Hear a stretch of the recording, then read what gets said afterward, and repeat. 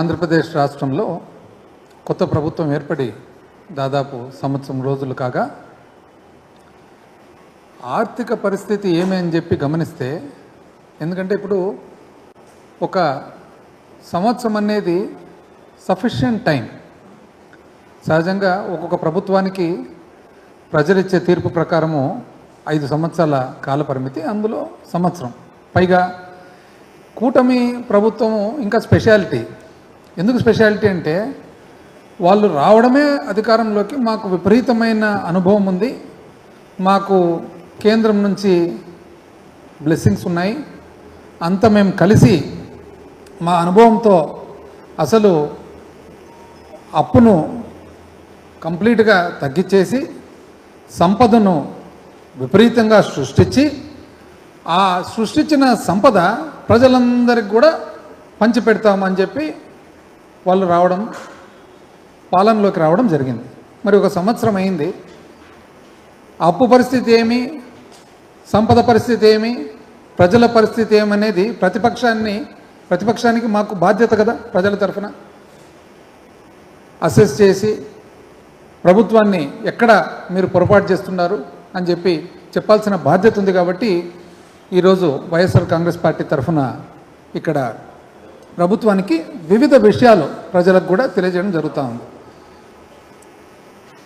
అప్పు విషయానికి వస్తే, అసలు ఒకరేమో 14 లక్షల కోట్లు అన్రి, ఒకరేమో 13 లక్షల కోట్లు అన్రి, ఒకరేమో 12 లక్షల కోట్లు అన్రి. ఎవరి నోటికి ఏది వస్తే అది. మా పక్క ఏమంటుండదు తెలిసిన, రాయలసీమలో మట్కా నంబర్లు అంటున్నారు.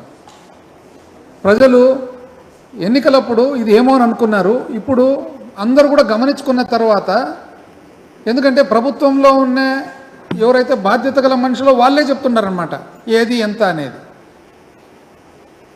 ఏం సార్ ఇది మట్కా నంబర్ల మాది చెప్తున్నారు, ఇంత అన్యాయంగా అని చెప్పి ప్రజలు అంటున్నారు. ఈరోజు ఇప్పుడు ఒక వ్యక్తికి జీవితకాలం అంతా అబద్ధాలు చెప్పొచ్చు, అవాస్తవాలు చెప్పొచ్చు, అందరికీ ఒక్కసారి చెప్పొచ్చు.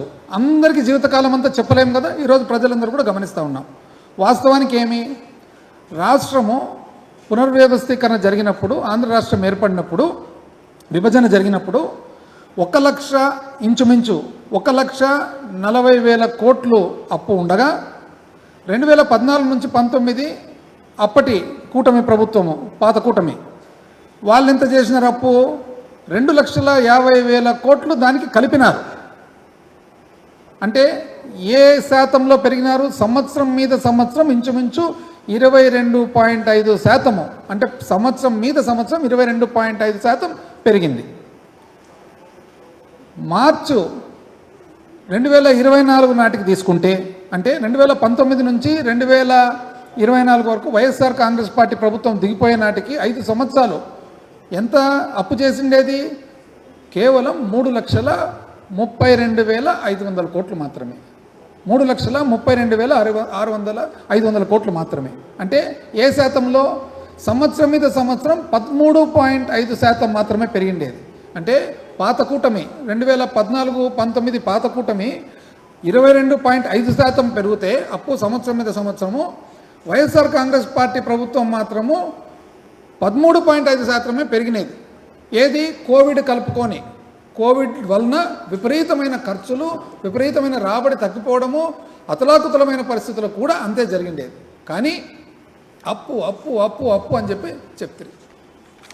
ఇది కాక సంపద సృష్టి అంటారు. పోనీ అనుభవం కదా అని అందరూ అనుకున్నారు.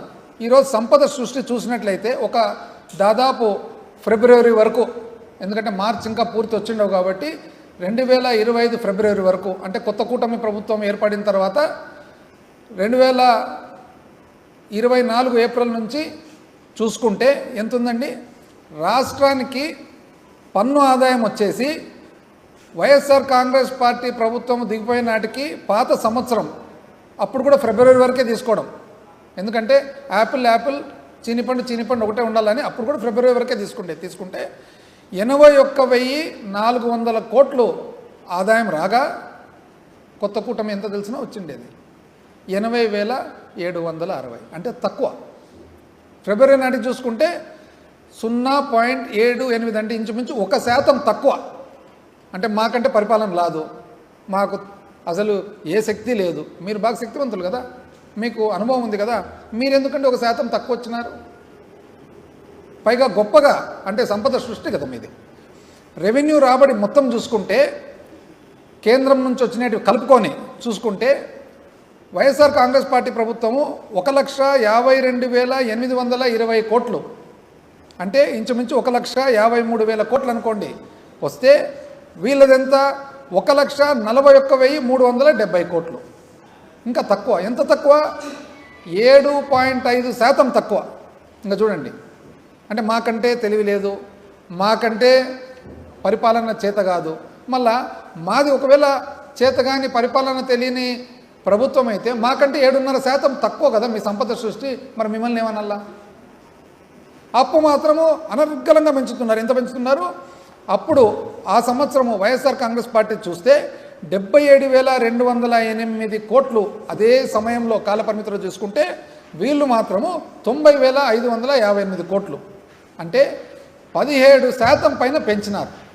ఇంకా చూడండి, అప్పేమో పెంచుతిరి, ఆదాయమేమో తగ్గిస్తిరి, మీరు మాత్రం అనుభవం అని చెప్పి చెప్తారనమాట. పోనీ ఇంత చేసినారు కదా, అంటే మీరు ఇంత అప్పు చేస్తారు కదా, మాకంటే ఎక్కువ ఏం చేస్తున్నారు ఆ అప్పుతో, ఆ డబ్బుతో? అంటే మేము 70,000 కోట్లు ఆ కాల పరిమితులు చేస్తే మీరు 90,000 దాటినారు. మొత్తం నేను చూసినట్లయితే కన్నా 1,40,000 కోట్ల అప్పు వచ్చింది దాదాపు. ఎట్లా 1,40,000 కోట్ల అప్పు? అసలు ఆఫ్ బడ్జెట్ బారోయింగ్స్, మంచి చెడ్డ ఇవన్నీ చూసుకుంటే కానీ ఇంకా ఎక్కువైపోయింది అప్పు. కానీ మీరు చూసినట్లయితే మాత్రము, ఎందుకంటే మీరేం చేసినారు, ఫస్ట్ 11 నెలలకు 90,000 చిల్లర ఆర్బీఐ ద్వారా చేసినారు. దాని తర్వాత మార్చి 2025లో 8,000 అడ్వాన్సు, అంటే ఈ సంవత్సరంది కూడా అడ్వాన్స్లో 8,000 చిల్లర కోట్లు చేసినారు.